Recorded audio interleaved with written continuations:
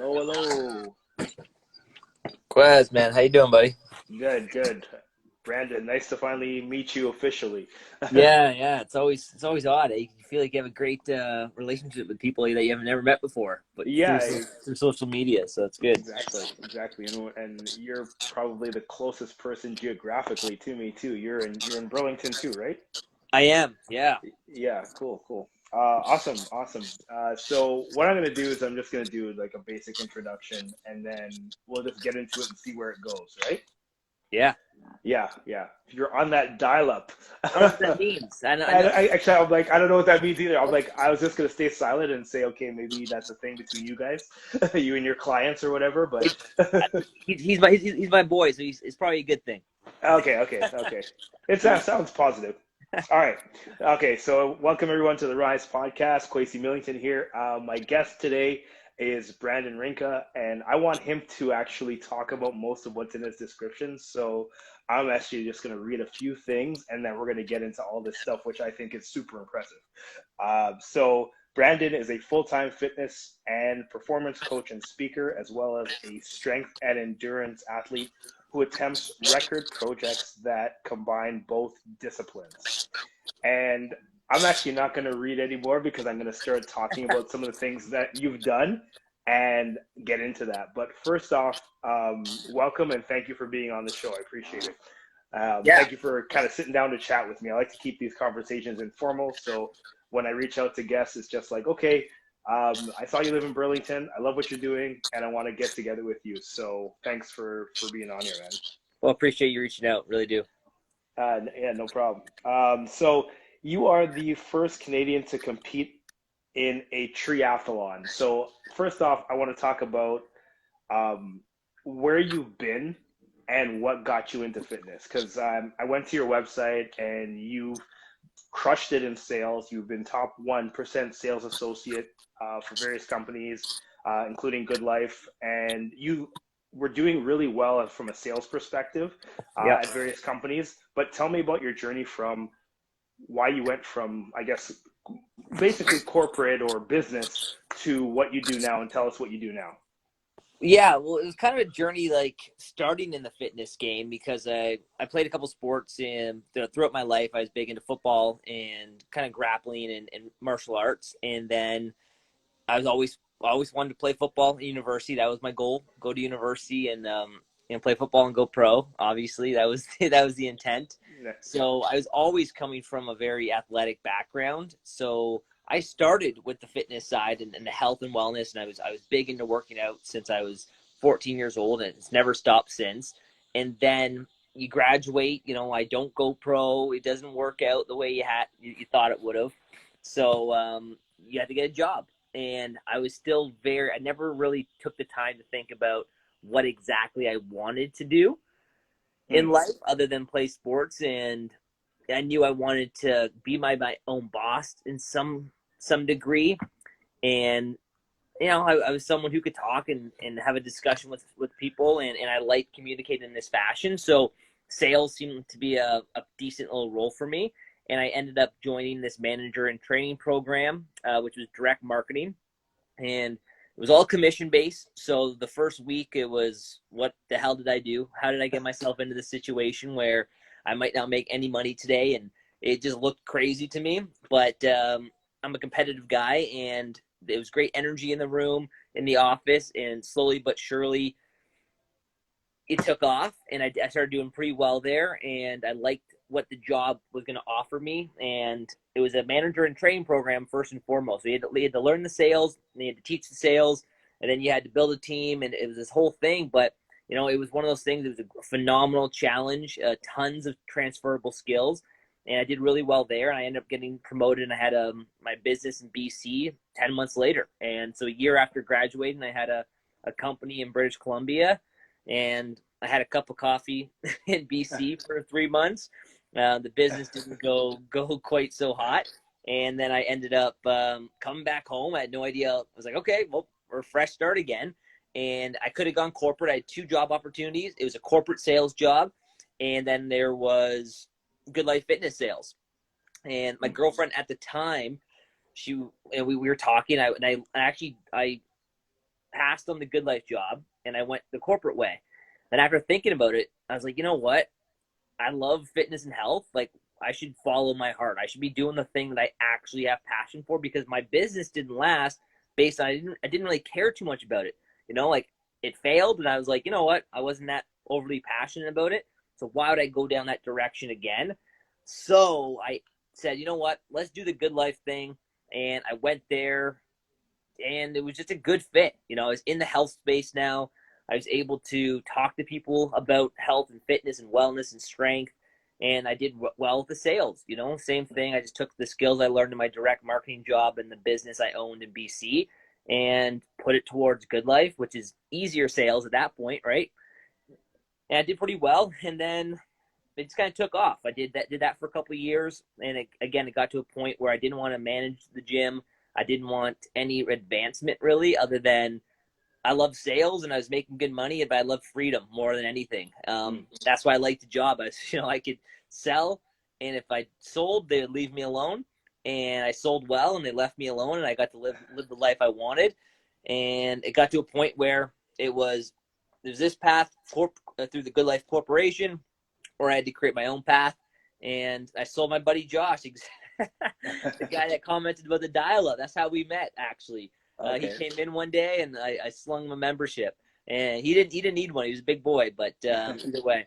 But funny enough, yeah. So I did that, and it was the time for me to just go into my own business, and I came up with this whole 365-day brand and project that I created in 2018.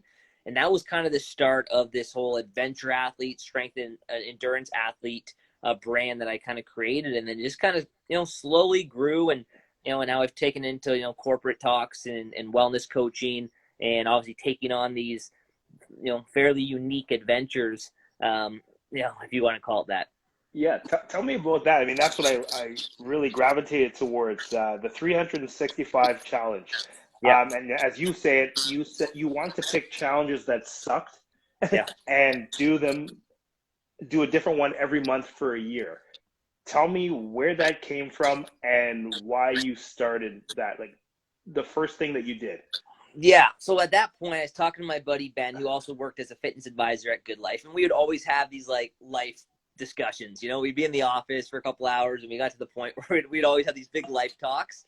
And I was like, man, I got this idea. Like, I wanted to create credibility, and I wanted to become a practitioner. Like I'm a theorist at heart too. I do a lot of reading, do a lot of research, but I wanted to be the person who was in the trenches. And if I wanted to talk about resilience, I wanted to talk about strength, I wanted to talk about perseverance, I wanted to live that life.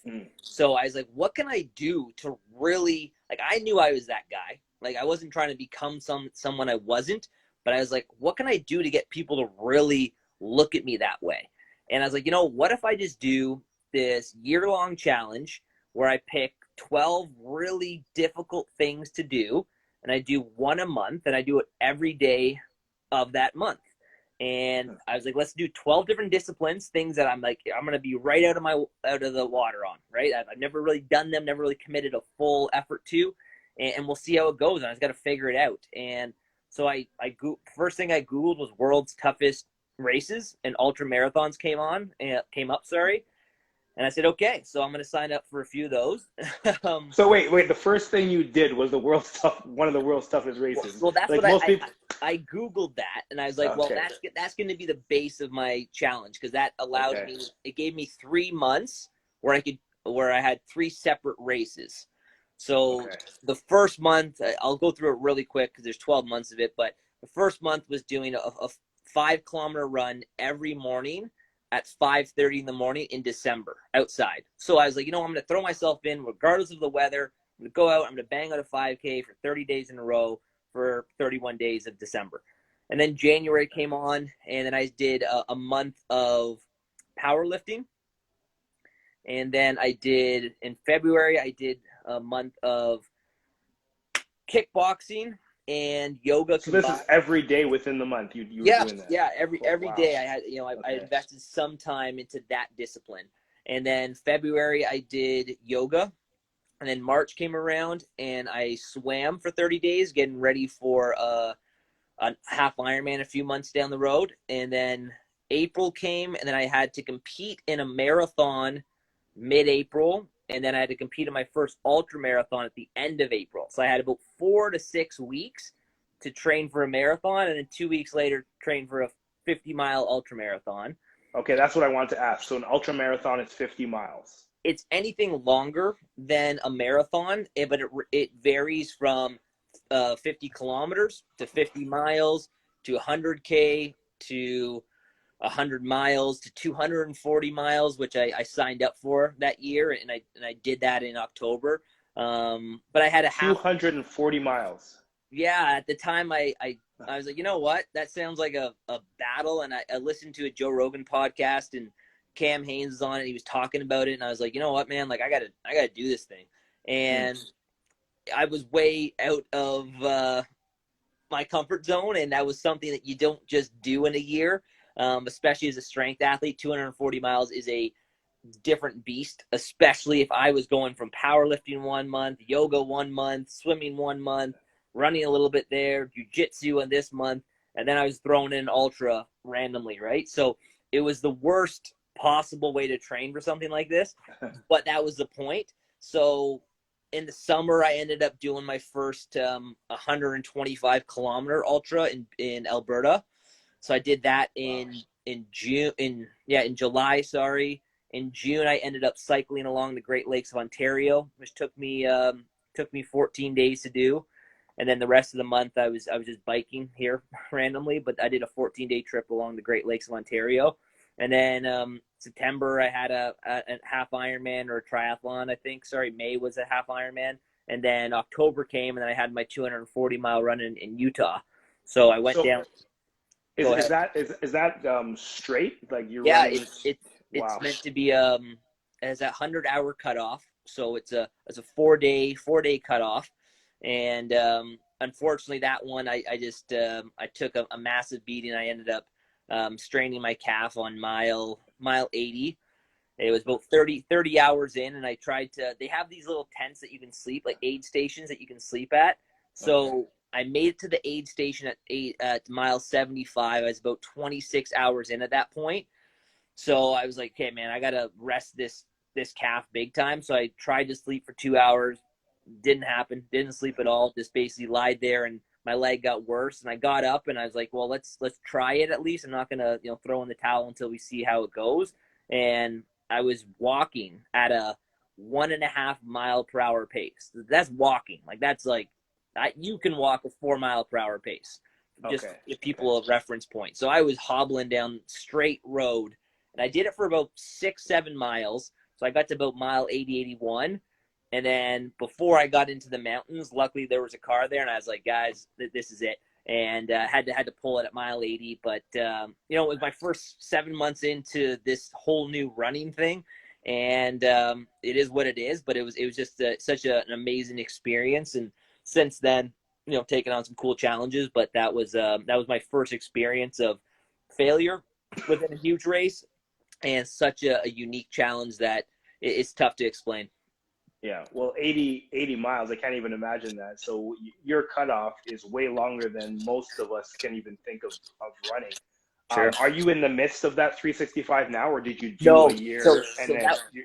That was in 2018. I completed the 365-day challenge. So I had 365 days in a row of me at least doing a workout or an activity, with 12 of those months obviously having a specific discipline attached to it. And then it was just nice after the December, or the November was the last day, the 30th, and then I had December of 2019 where I could be like, okay, I don't have to do anything right now, and I just went into some good old strength training that I love to do. That's my bread and butter. So I just did that for a little while, and I created then I attempted the Canada's strongest triathlon, or first ever triathlon, right? So. It just started going into now an annual thing where I pick one crazy wild challenge and project and put my efforts towards that and work with a charity, and that's kind of my go-to thing now. Oh, that's pretty cool. And you work with a charity. Tell me about the tree-athlon. I mean, I've never heard of that before. Before I met you, I never heard. I see this picture of you with this big log on your back.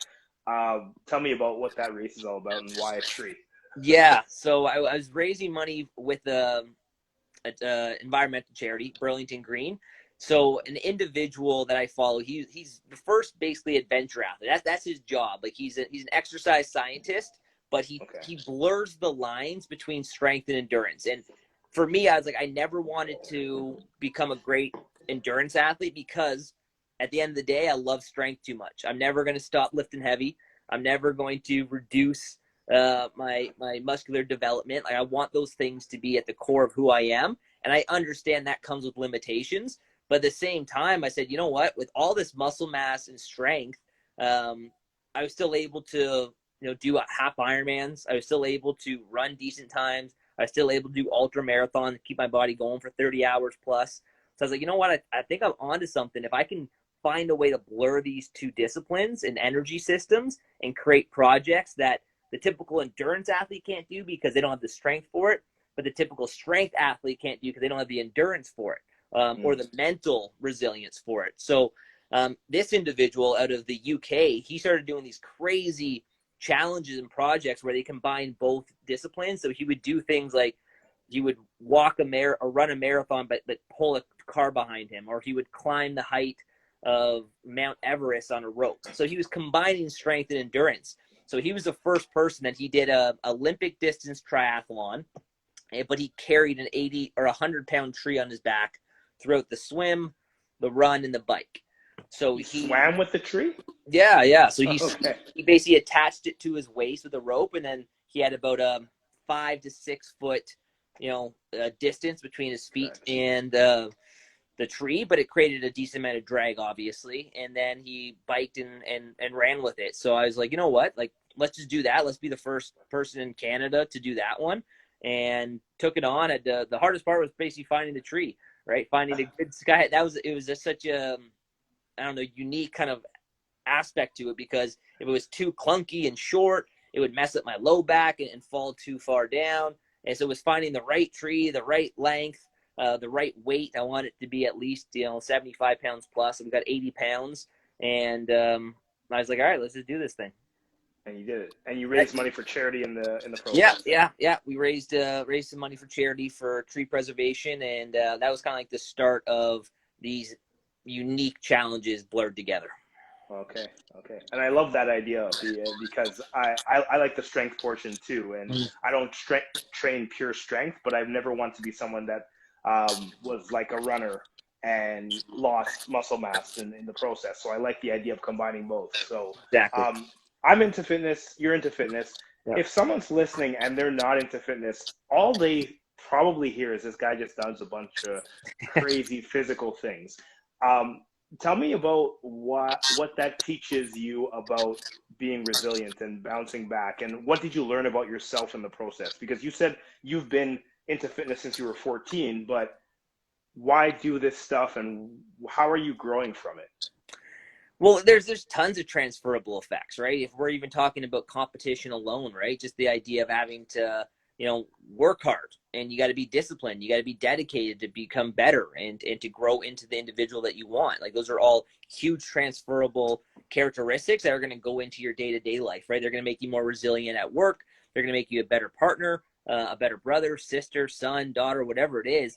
Those things teach you really good skill sets. And then you start talking about the longevity aspects of it all too, in terms of just feeling confident in who you are, feeling like you're pursuing the individual that you are meant to be. And I know it might sound kind of corny, but I think everybody has this ideal version of who they want to be and how they want to act and the values that they hold very high. And it's really easy to get lost in the noise of it all, especially when you become an adult and there's so many responsibilities. But I feel like working out and challenging yourself, it keeps you grounded. It allows you to create your own struggle daily rather than have the noise create that struggle for you and then you handle it not so gracefully. I think being able to throw yourself in challenges that force you to, adapt and perform under pressure, and collect your thoughts and have really good, strong coping mechanisms, of course, those things are going to translate greatly into your day-to-day life. So I think every day having an opportunity to hone in that skill and develop that skill is obviously going to be great in terms of your everyday life, and it's practice like anything, right? So every single day, if I got to do some research, then I got to go out there and apply that research in my own training or in a challenge for myself. It's going to have amazing transferable effects. And so when I think of someone like you who has had success in sales, has had success in lifting, what are you learning about yourself now from these last few challenges? Because you are someone who I look at as having accomplished a lot. And the things that you mentioned, of course, if someone's just jumping in and starting to challenge themselves, they're going to start to learn that about themselves. But you strike me as someone who's already kind of learned that before. You were always competitive. You wanted to be better. What's the next level for you? Well, honestly, the message that I really adopt and I want other people to think about is the understanding that, like, you can do anything that you want to do. And I know that sounds like the typical cliche, like, hey, you can do anything you want. But like the message that I used a couple of years ago is, why not me? When I think about these challenges and I think about the life that I want to create for myself, I always say, like, why can't I be that person? Like, why does it have to be somebody else? Like, why can't I do that? Like, if I'm passionate enough about it, if I'm willing to invest, enough time, energy, and effort into it, that can be me. When I tell people I want to become a strength and endurance athlete and I want to make that as part of my career, it sounds like, all right, man, like, good luck. But for me, I'm like, why can't I be that person? Why can't all it takes is me actually dedicating myself to that activity, to that endeavor, putting in the work, eliminating the noise, setting my mind up for success and going towards it and doing it, showing up and fighting resistance every single day. So I think people have to understand, like, whatever they want, whether it's they're too old to get into shape, if they're stuck in a career they don't want, like, that doesn't have to be your identity. That doesn't have to be your life. You can do whatever you want at any age. It just takes the, aforementioned strength and discipline and dedication to show up, fight resistance, go against the immediate gratification, and be true to your values. Absolutely. And how do you do that on a daily basis? How do you keep your motivation up? I know that a lot of people I talk to, they have things that they want to do, but they don't push themselves to do these things the way you have. So I know you must have times where you're like, okay, really? Every single day I got to do something. How do you push yourself to keep going? I think with just a lot of research and I do, do a lot of journaling too. I think that self-reflection, keeps me grounded a bit. And I know what it takes. Like, I understand if I want to be a 1% in sales, I need to act in accordance to a certain, daily schedule or structure. I can't be that person if I don't act in accordance to those values. So me knowing that, hey, I want to do something that no one's ever done before, and I might want to create a record, and I want to potentially create a career doing something this unique and exciting and cool, that I can't just be given that. I have to earn that. I can't just have the audacity to say, oh, I want that life for myself and make a good life on it. Like, that's something I haven't even created yet, right? That's something 5-10 years down the road that I look at and go, you know what, eventually this could be something that I do and that is my career and I'm allowed to make a greater impact on, and I'm not going to be given that. Like, this is something I'm breaking down the door every single day with this stuff. So I have no other option but to show up and develop my mind and develop my body, because it's not going to happen any other way. So the motivation's easy, because if I don't do it, it's not going to happen. So I think just having that awareness and understanding that if I don't put the work in, I'm not going to get that life, and I'm not okay with that. At this point, I understand what I need to do, and that's a life I do want to live. So I'm very okay and aware to put in the work, and I always feel better. At this point, it's not really hard work for me. I feel stir crazy when I don't do it. So it becomes easier. Obviously, like everybody says, when you create that habit, it becomes a little bit more habitual, that it makes things a lot easier to stick to, for sure. Nice.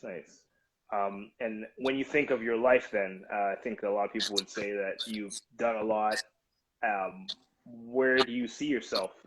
There's a cliche question. Where do you see yourself in 5 years? What do you want to be doing next?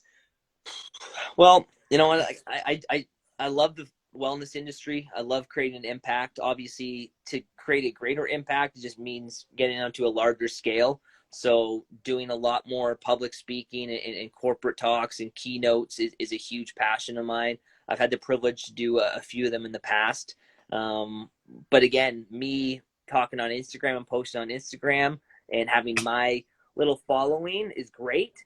But at the end of the day, if I'm trying to get this message out to the masses, it needs to go into the masses, and I need to be on a bigger stage. I need to be able to target a bigger demographic. So even with my projects, I look at that as a potential annual thing that I do. I don't say the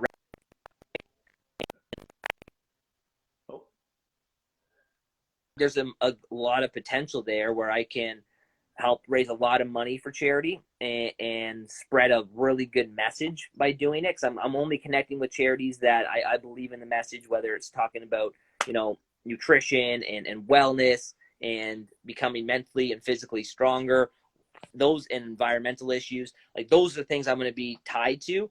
And I know the more I do and the more consistent I am, that's going to allow me to do it on a bigger scale. And then, for me, I have books I want to write. I have programs I want to write. I basically want to create just the information that people need to be successful, whether it's, in fitness, whether it's in nutrition, wellness, performance. I want to give people the tools to be successful, whether that's through what I do online, whether it's through what I do through my projects, or whether it's through my voice. To hear the message, because I believe it's a message that is going to do you a lot of good. So in one of those realms and spaces, I'm going to keep creating content, and we'll make an impact. All right, awesome. I want to ask you about your daily routine, Sure. because I know that anyone successful tends to talk about what they do on a day-to-day basis. So take us through a day in your life. Okay. Right now, my mornings are client based, so that's where I get to make my money and help people directly. So it's doing group training, it's doing one-on-one training, small group training, stuff of that nature. And then sometime in between there, I get a good workout in, of course. And then usually in the afternoons, that's the time that I do work that I don't get paid for right now. And so when I say I work a 20 or 25-hour week, that might be the 25-hour paid week. But I put a lot of time into always doing research for at least an hour a day. If you knew my girlfriend, she puts up with me reading before bed, and when she wants to go to bed and my light's still on, or I'm sending her articles about fitness and all that crazy stuff. So I'm always just reading, doing and getting more information in this space. Then I'll find time to write, of course. That's a big one. In a book I read, The War of Art. I'm going to look for the title here, or Art of War. One of the two. I forget. I always get them mixed up. But Stephen Pressfield, right? Yes. And it always talks about, well, the whole message of the book is a lot about fighting resistance. So it's just showing up every single day. So at some point I'm going to write, I'm going to make sure I read, I'm going to make sure I listen to podcasts while I'm in the car or cooking. And that's kind of my day. It doesn't look much different day to day. It's me doing those things. Like, I have a journal at night that I write into talking about what are some critical actions I need to take for tomorrow. And I have 3 of them, and it's getting a quality sleep just so I have the energy. I know I don't have quality of sleep. It's hard for me to really dial in a really strong, productive day. It's writing, producing content, and it's strengthening my body and mind. So if I do those 3 things every single day, I'm probably going to win the day. And not every day is going to be a massive win. One day it might look like one crappy paragraph written, or random articles read. Other days it might be really honed in. But every single day I'm nurturing those 3 things and making sure that I'm taking one step in the right direction. And at the end of the year, that's going to turn into a lot of words written. It's going to turn into a lot of books and words read, and it's going to turn into a very strong human being. I love that. I want to repeat that. You want to get enough sleep, you want to write every day, and you want to strengthen your body and mind. Yeah. 3 key things that are probably good for anybody to take hold of. Do you have a morning routine specifically? Like, what time do you get up, and do you do certain things repeatedly every morning? Yeah, I would. I'm a huge advocate of this. I'm more of a nighttime routine guy. The morning's Okay. tougher because I'm out of here typically between 5:30 and 6:30. So I give myself just enough time. I do have a nice book here called the 2 minute mornings, which is just talking about gratitude, something to Okay. focus on, and the other one is I will let go of. So I fill that out every single morning. It's a quick I 2 minutes. like that. I like Yeah, that. it's from one of my favorite authors, Neil Patricia, and he does the happiness. He's written the Happiness Equation. Love that book. But He's yeah, the Book of Awesome guy, right? Isn't he? the Book Or, of Awesome. Yeah, he's got a whole bunch of yeah. those ones. So Okay. for me, that's just a quick little way to make sure I'm winning the morning with showing some gratitude. Refocusing my focus and letting go of a few things that I might be holding on to. After that, it's having a nice big glass of water and then getting out of the house and showering, of course. But my evenings, the time that I really kind of hone it in, and that's where I'll journal and I'll read and meditate a little bit and do some mindfulness practice, and that's kind of where I really dial my attention in. But morning, based on my schedule right now, it's just a bit hard to convince myself to suffer on the sleep just to add an extra half an hour. I'd much rather get up, give myself enough time just to slowly digest into the morning, do the 2 minute morning, and then be on my way. And there's two things that I like there that you mentioned, because a lot of people are, you may have seen it online. People are like, oh, you got to grind and you don't sleep. I love that you value sleep because it's so important for our body. But I think that some people have the wrong message out there that you just grind and you sleep when you're dead and all these other things people say. So I'm glad you mentioned that, number one. And number two, a lot of people try to pressure themselves to have morning routines because they see, certain successful people doing that. And you've shown that you can have, as long as you do what you need to do in the day, you find the time that works for you. Yeah. So yeah, for some people, they're morning people. They get up and they do it in the morning. That's who I am. You're a person who has your productivity, your meditation, your things that you need to do. Your focus is at night. So I want to make sure people know that they don't have to get up at 4 in the morning or whatever and do it. As long as they find a time in the day to do what they need to do. When you train your clients, like, what does your programming look like when you're working with clients? Because you don't strike me as someone who just teaches squats and bench Oh, press to people. So I'm sure there's a holistic approach to it. Tell us about that. yeah, it's definitely much more mature type of training nowadays. I've gone past the idea of trying to give you the best sweat of your life and the hardest workout of your life. I feel that's very that's like an immature approach, or maybe, and I was that person. I was that ignorant trainer that maybe I lacked the confidence in myself that I wanted to give you the best workout and the craziest exercises you felt stimulated, and you're like, wow, this guy knows what he's talking about. Where now I've taken a backwards approach to it, and I really make sure that we build a really good, strong foundation, and we emphasize the things that are going to give people long-term success. So I talk a lot about sleep. I talk a ton about stress management.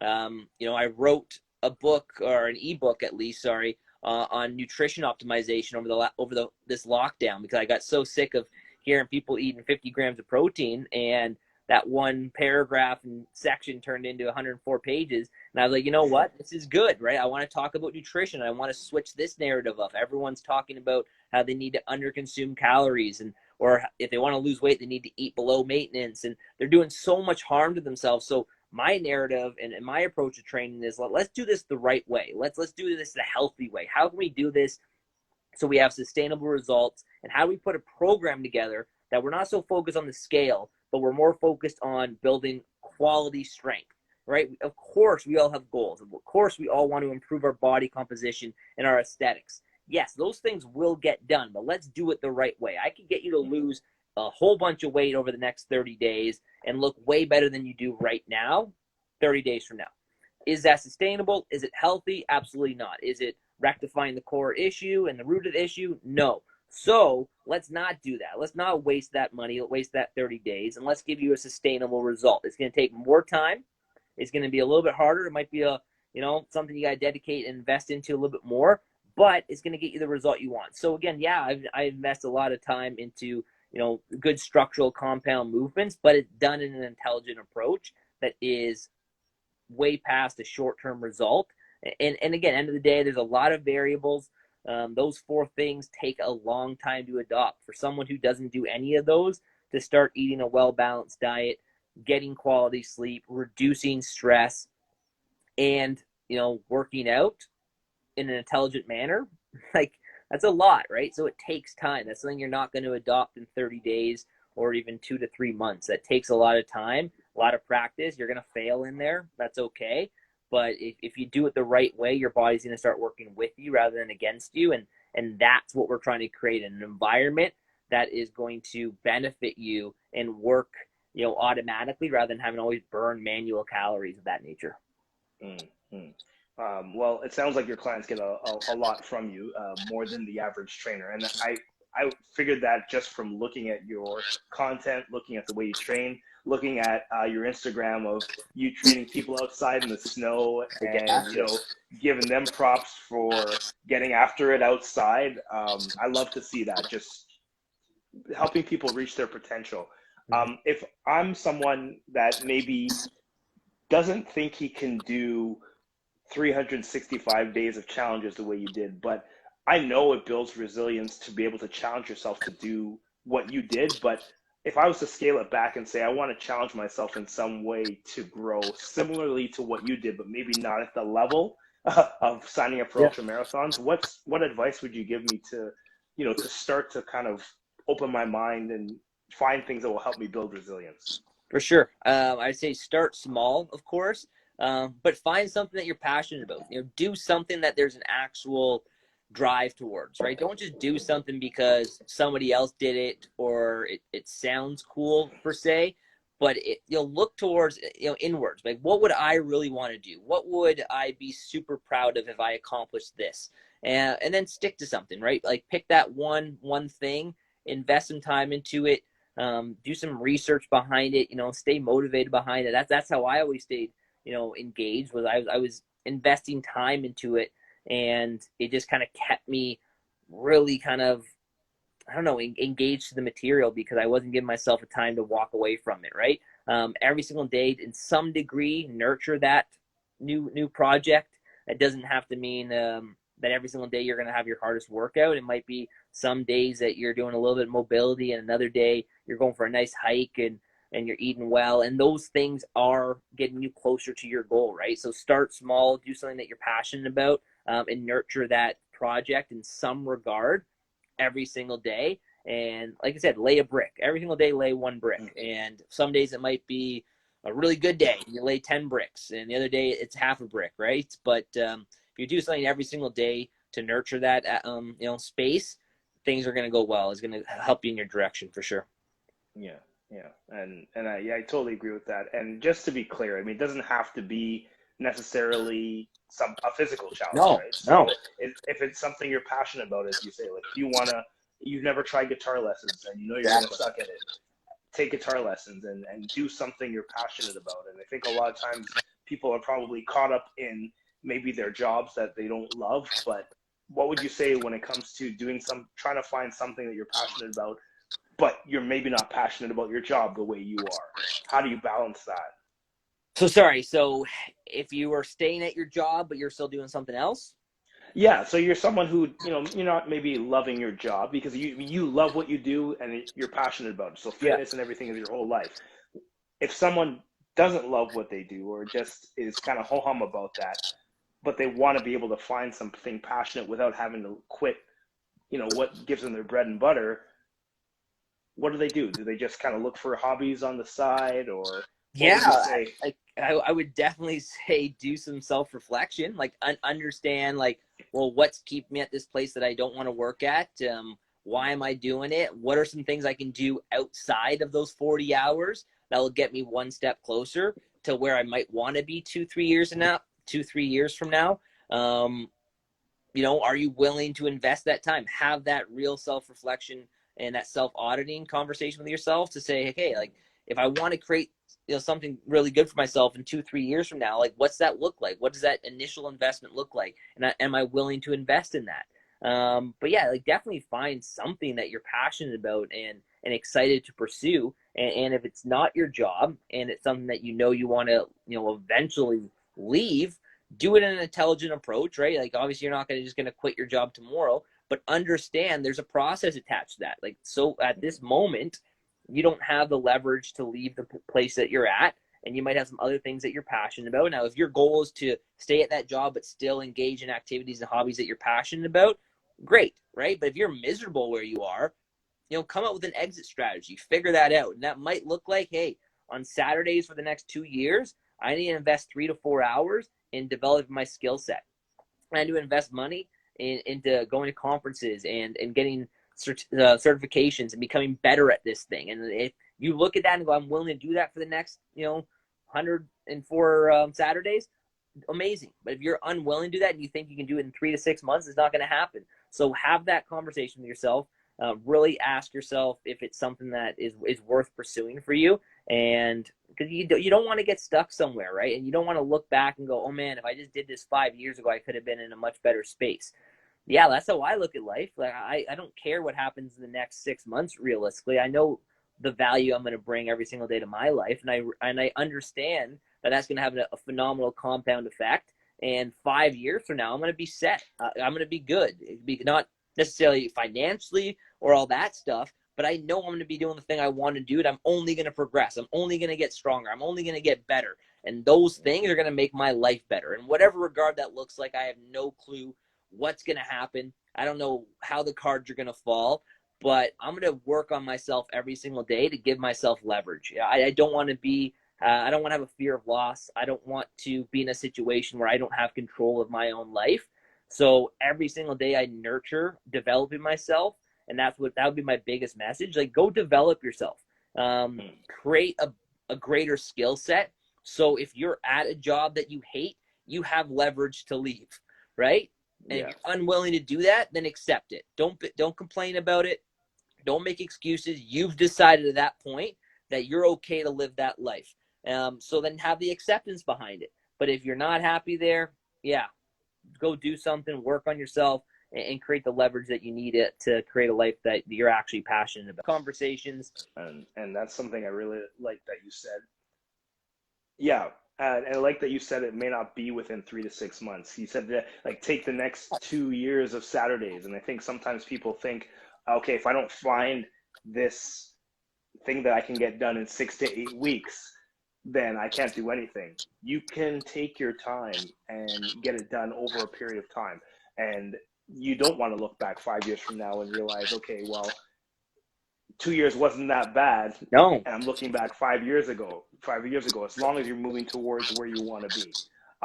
You strike me as someone who is a self-motivated person. Who in your life, if anybody, has been your motivation or mentor? Did you have anybody that you looked up to that you learned from over the years? Yeah, I've had mentors, obviously, at different jobs and times in my life. I've always been very self-motivated, but in high school, I had my best friend at the time.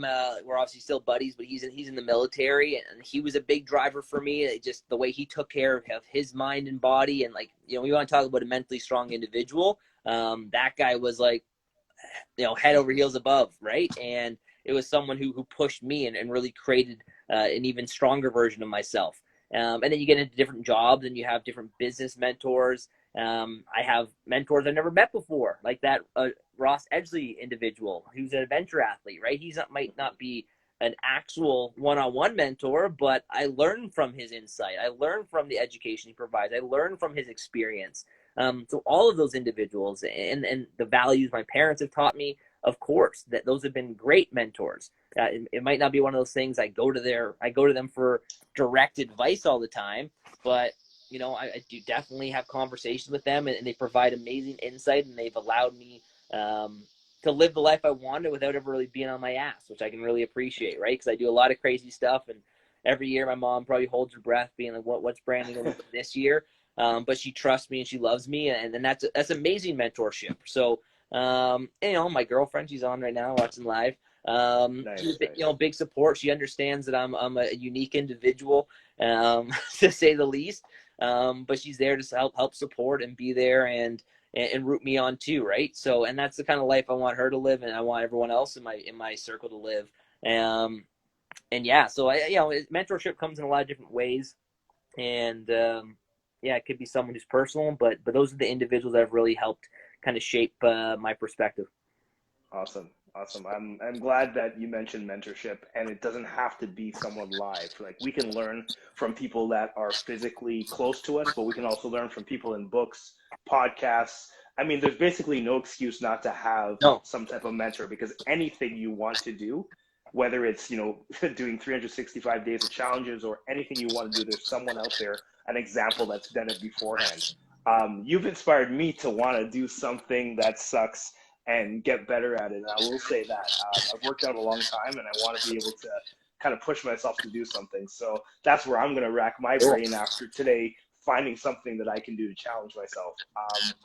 You're awesome, man. I love that we're basically neighbors. Yeah. Your energy is infectious, and I can see why your community follows you. I want to thank you for being on here today, and I also want you to tell us where we can find you everywhere. Where can we find you? Yeah, so basically everywhere is Brandon Rynka 365. So I'm still keeping that brand rolling, right? So Brandon Rynka 365 on Instagram, and then BrandonRynka365.com. I have a lot of free resources for people, so tons of blogs on mental health, physical health, and nutrition advice. And I also have some programming on there, right? If you want to, get a $14 cheap ebook and learn how to, maximize your nutrition, go there, BrandonRynka365.com. But yeah, anywhere BrandonRynka365 on Twitter. Brandon, I think, is Rynka_Brandon, but I usually post all my Twitter stuff on Instagram anyways. But those are the two big platforms: my website, Instagram. Those are the two best places to check me out. Okay, well, thanks again. And I will say to people that this is not just someone who's teaching you how to live, how to get a better body, but he's teaching you how to live a better life, and he's doing it himself. So not just teaching, he's practicing. So thanks again, Brandon, for being on here and giving your time tonight. And go do a workout or whatever you're gonna do tonight. Actually, you're gonna go do some journaling and spend some time with your girlfriend. And thanks again for being on here, buddy. Thanks so much for having me. I really appreciate it, man. Doing great stuff. Bye for now. See you, man.